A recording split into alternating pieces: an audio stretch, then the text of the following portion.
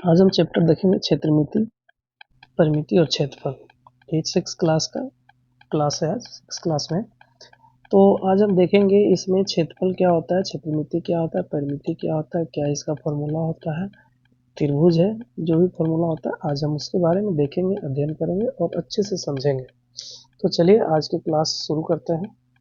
तो सबसे पहले तो आप ये देखें कि क्षेत्रफल, परिमिति और क्षेत्रफल, अगर कोई भी डायग्राम है, कोई भी चित्र होता है तो कोई भी उसमें परिमिति क्या होता है, परिमाप क्या होता है।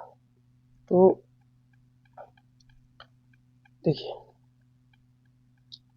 एक आयत है, वर्ग है, जो भी अभी आपको मानना है मान लीजिए। यहाँ एक लड़का खड़ा है, एक एक खेत का टुकड़ा है, मान लीजिए सीधे सीधे एक फील्ड है, फील्ड का टुकड़ा है। यहाँ एक लड़का खड़ा है, जहाँ पे खड़ा है उस बिंदु का नाम दे दिए ए से चलना शुरू हुआ, ए से चल कर बी पे आया, बी से सी, सी से डी, डी से ए। जहाँ से चलना शुरू किया ये एक एरिया बन गया। ये क्या बन गया, यहाँ से यहाँ चला, यहाँ एक बन गया ना। तो ये जो चलना शुरू किया, जो एक किनारा है, ये जो जैसे जैसे रास्ता पथ को, अपने पाथ को चला है, जैसे जैसे चला एक रेखा बनाया, उसको हम लोग कहते हैं परिमिति। क्या बोलते हैं, परिमिति। और इसी को हम लोग बोलते हैं परिमाप। ठीक है, परिमिति या परिमाप। कभी आप पढ़ते होंगे, आगे पढ़ना होगा, आयत के परिमिति, आयत के परिमिति बराबर क्या होता है। तो ये चीज एक परिमिति हो गया। तो यहाँ से यहाँ चले, यहाँ से यहाँ चले। सपोज कीजिए ये है ए, ये है बी, ये है सी, ये डी। यहाँ से यहाँ चले 4 मीटर, फिर यहाँ मुड़े, यहाँ से यहाँ चले 5 मीटर, यहाँ से यहाँ चले 6 मीटर, यहाँ से यहाँ चले 7 मीटर। अभी कोई ज़रूरी नहीं है जैसे यहाँ से यहाँ चले डिस्टेंस जितना भी चले। तो ये जो आप कितना टोटल चले, तो ये सारे चीज़ को जोड़िएगा, जोड़िएगा ना। यहाँ से चले, यहाँ से यहाँ चले, यहाँ से यहाँ चले, जो चीज़ सारे चीज़ हो गए। जैसे 4 किलोमीटर यहाँ चले, उसके बाद 4 किलोमीटर चले, उसके बाद 7 किलोमीटर चले, उसके बाद 6 किलोमीटर चले, उसके बाद 5 किलोमीटर चले। तो ये सारे चीज़ जोड़िएगा, तो यही चीज़ को जोड़ते हैं तो वो चीज़ बनता है परिमिति। क्या बनता है, परिमिति। तो परिमिति समझ में आया। और जो चीज़ हम चल दिए और चलने के बाद इतना दूर चले, बीच में जितना चले, ये चीज़ जो है, ये सब चीज़ जो है इसके बीच में बन गया। तो ये जो चीज़ का जो बीच में बनता है उसको बोलते हैं क्षेत्रफल। क्या बोलते हैं, क्षेत्रफल। ये जो चीज़ है इसको बोल देंगे हम क्षेत्रफल। तो ये चीज़ हो गया परिमिति, ये चीज़ हो गया क्षेत्रफल।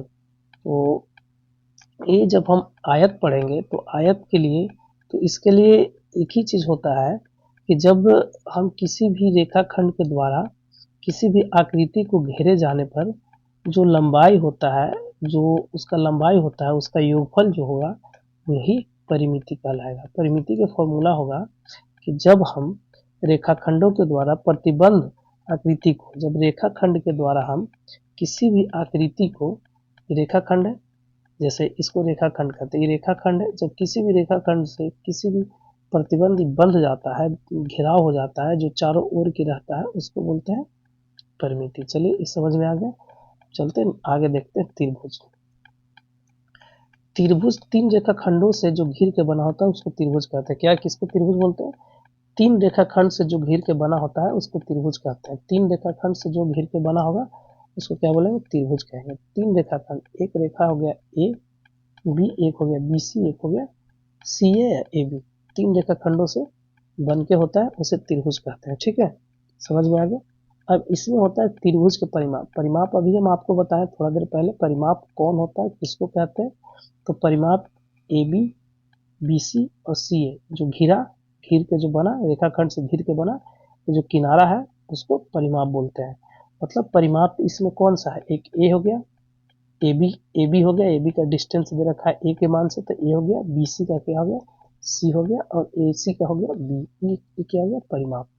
अब यही अगर आपसे पूछे कि त्रिभुज का परिमाप क्या होता है, त्रिभुज का परिमाप क्या होता है, 3 भुजा है, एक भुजा है, एक भुजा है ए बी, एक भुजा आपका ए और बी है, ए और बी है, तो ए बी एक भुजा हो गया, और ए बी एक भुजा हो गया, दूसरा भुजा हो गया बी सी, बी सी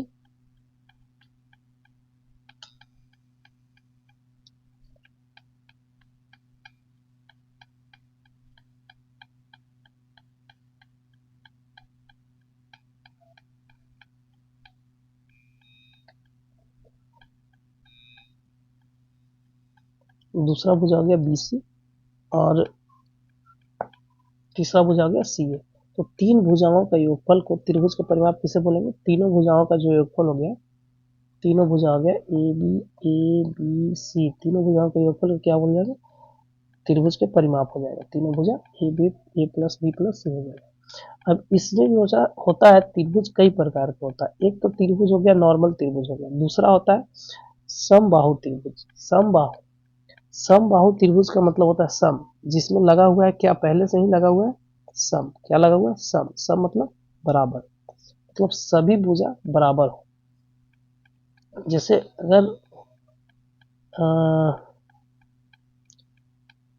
अगर मान लिया जाता है, सपोज एक हम त्रिभुज बनाते हैं, एक त्रिभुज बन गया, ठीक है। हम बोले कि ये जो त्रिभुज बना, चलिए ठीक है, दोबारा से हम बना लेते हैं, कोई दिक्कत नहीं है।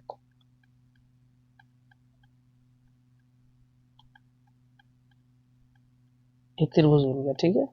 ये त्रिभुज बन गया तो ये ए हो गया, ये बी हो गया, ये सी हो गया, ठीक है।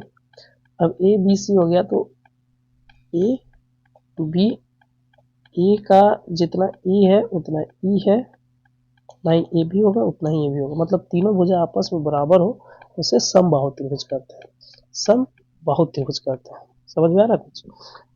आपस में जब सभी भुजा बराबर हो, ए बी भुजा, ए बी भुजा, ए बी, तीनों भुजा बराबर है, तो उसको समबाहु त्रिभुज कहते हैं। अब समबाहु त्रिभुज का क्या होता है? परिमिति तो सबका है, सबका निकलेगा, चाहे वो विषम बाहु हो, समबाहु या त्रिभुज हो।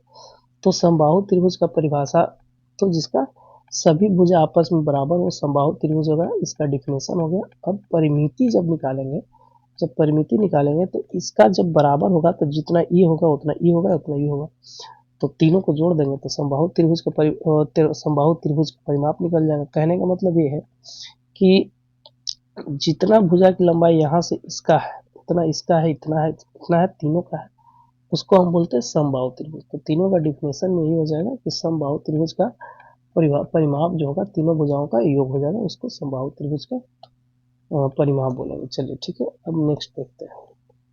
नेक्स्ट आपको आयत आयत देखना है। आयत में क्या है? आयत में आपको आयत का सबसे पहले तो परिभाषा क्या होता है? आयत का परिभाषा होता है आमने सामने की भुजा बराबर हो, समानांतर होता है। आमने सामने की भुजा क्या होगा? बराबर है, समानांतर होता है, और प्रत्येक को 90 डिग्री होता है। ये भी 90, ये भी 90, ये भी 90, ये भी 90, ठीक है। सभी भुजा क्या होगा? बराबर, आमने सामने की भुजा बराबर, और प्रत्येक को 90 डिग्री का होता है, ठीक है। इसको क्या बोलते हैं? आयत बोलते हैं, ठीक है। तो चलिए इसको देखते हैं।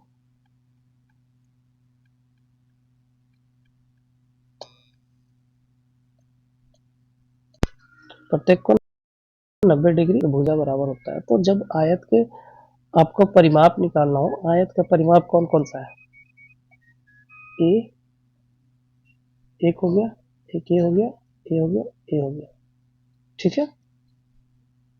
यही हो गया ना आयत के परिमाप। अब देखिए, अब इसका फॉर्मूला होता है आयत के परिमाप बराबर 2 इंटू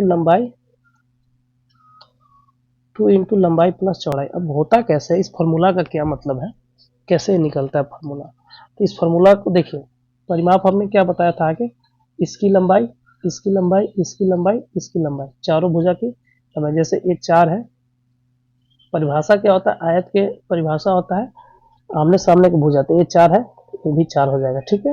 ये अगर 2 है तो ये भी 2 हो जाएगा। अब देखिए करना क्या होता है इसमें, इसमें चीज सिखाया कि जैसे देखिए ए बी 4 है तो हम 4 लिख दिए, बी सी 2 है तो 2 लिख दिए, ठीक है। ए डी डी सी 4 है तो 4 लिख दिए, ए डी जो है 2 है तो 2 लिख दिया। चीज कुछ नहीं, चारों भुजाओं का योग इसमें भी है। बस ये आयत है, तो इसको फॉर्मूला बनाने के लिए शॉर्ट तरीका हम लोगों ने कर दिया कि जो 4 है, 4 कितने बार है? 2 बार, ठीक है। तो ये लंबाई है, क्या है? ये लंबाई है, ये भी लंबाई है, ठीक है। ये चौड़ाई है, चौड़ाई को बेस कहते हैं अंग्रेजी में, 20 से डिनोट करते हैं, या आप कुछ भी डिनोट कर दीजिए, तो ये बेस है। तो जब दो गो लंबाई है, क्या गो लंबाई है इसमें, ई लंबाई तो दो गो लंबाई को हम बाहर निकाल दिए तो 2l हो गया, ठीक है। अब दो गो चौड़ाई है तो कुछ हो जाएगा 2 बेस हो जाएगा, हो गया ना। अब हम एक रो में 2 मिल रहा है, एक रो में 2 मिल रहा है, इसको हम बाहर निकाल दिए तो कुछ बच गया l प्लस बी, समझे। कुछ है ये नहीं इसमें, 2 इंटू लंबाई प्लस चौड़ाई, 2 इंटू लंबाई प्लस चौड़ाई, इसमें कुछ कर रहा है 2 से इसमें गुना कर दीजिए। सपोज 2 इंटू लंबाई प्लस चौड़ाई का मतलब क्या है, 2 से लंबाई में गुना कर दिए तो 2 को कुछ हो गया लंबाई, ठीक है, यही ना हुआ क्या।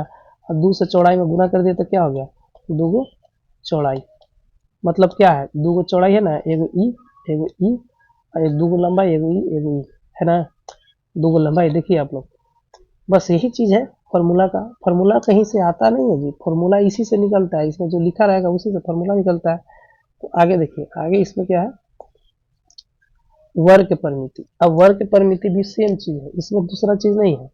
वर्ग परिमिति में क्या है, जैसे वर्ग है, ठीक है, क्या है वर्ग है। वर्ग के चारों भुजा बराबर होता है, हम जानते हैं कि वर्ग के क्या भुजा बराबर होता है, चारों भुजा, और 90 डिग्री का होता है, प्रत्येक को 90 डिग्री का होता है। तो जैसे ए बी सी डी, हम क्या जानते हैं परिमिति मतलब क्या होता है, चारों भुजाओं का योग, ए प्लस बी प्लस ए प्लस ए प्लस ए प्लस ए, सब के चारों भुजा बराबर है, तो जब इसको ये मानेंगे तो इसको ये भी, इसको ये भी, चारों हो गया, तो जोड़ेंगे कितना हो गया 4a।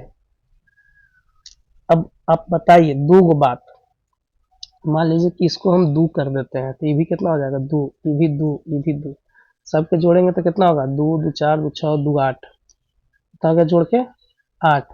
अब मान लीजिए 4 गुने हम लोग भुजा करते हैं, तो 4 में 2 से गुना करेंगे तो कितना हो जाएगा 8।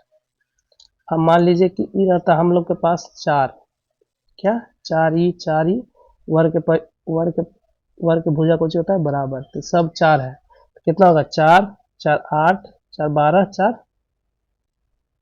4 ई 4 ई 4 ई 4 कितना हो गया 16 हुआ ना, तो ये हो गया 16, 16 ना हुआ। अब 4 गुने भुजा का रहा था, 4 भुजा का कितना है 4, 4 से 4 में गुना करेंगे कितना हो गया 16। मतलब परिमाप का मतलब ही आप समझिए कि जितना भी भुजा है, जितना भी चारों तरफ से घिरा हुआ है, यहाँ से यहाँ, यहाँ से यहाँ, इसी को जोड़ के हम लोग परिमाप निकालते हैं। क्षेत्रफल हमेशा होता है जो बीच में ये सब रहता है, खाली जगह आपको लोक रहा है, ये सब क्षेत्रफल है, क्षेत्रफल है, क्षेत्रफल है, क्षेत्रफल है, समझे। इसमें अलग कुछ नहीं है, समझने वाली बात है क्या होता है भुजा, क्या नहीं होता है, परिमिति क्या होता है, परिमाप क्या होता है। चलिए आगे देखते हैं।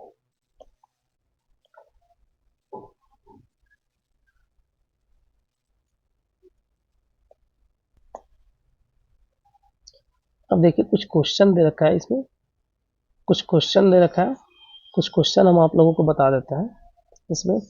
देख लीजिएगा, प्रश्नावली 14.1 का है, 14.a प्रश्नावली का है। इसमें क्वेश्चन देख लीजिएगा, क्या कर रहा है, त्रिभुज के परिमाप ज्ञात करें।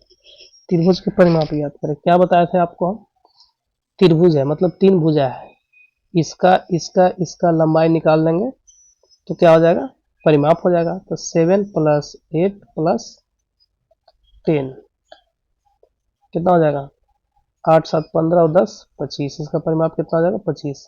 अभी देखिए समकोण त्रिभुज है, तो उससे हमको क्या मतलब है, कोई कोण त्रिभुज रहे हमको परिमाप निकालना है। तो 3 प्लस 5 प्लस 4, 5 3 8 7 12, उसी तरह ये है 16 16, ये है समबाहु त्रिभुज, समबाहु त्रिभुज। परिभाषा क्या होता है, त्रिगुण भुजा, त्रिगुण भुजा होता है ना, या तीनों को जोड़ दे 3 गुने 16, 16 तिया 48, कितना हो जाएगा 48, ठीक है, इसका आंसर 48 होगा। या सबके जोड़ दिए 16 16 दूनी 32, 16 48, 16 16 16 32 32 16 48, चाहे ऐसे कीजिए वैसे सेम चीज है। परिमाप का मतलब ही होता है जी इसका इसका इसका तीनों का जोड़, कोई मतलब है नहीं। ये समद्विबाहु त्रिभुज है, जिसका दो भुजा बराबर होता है समद्विबाहु त्रिभुज बोलते हैं। इसमें भी है 10 प्लस 10 प्लस 5, 10 दूनी 20 प्लस 5, इसका ये भी फॉर्मूला आप निकाल सकते हैं समद्विबाहु त्रिभुज के, समद्विबाहु त्रिभुज के फॉर्मूला आप निकाल सकते हैं।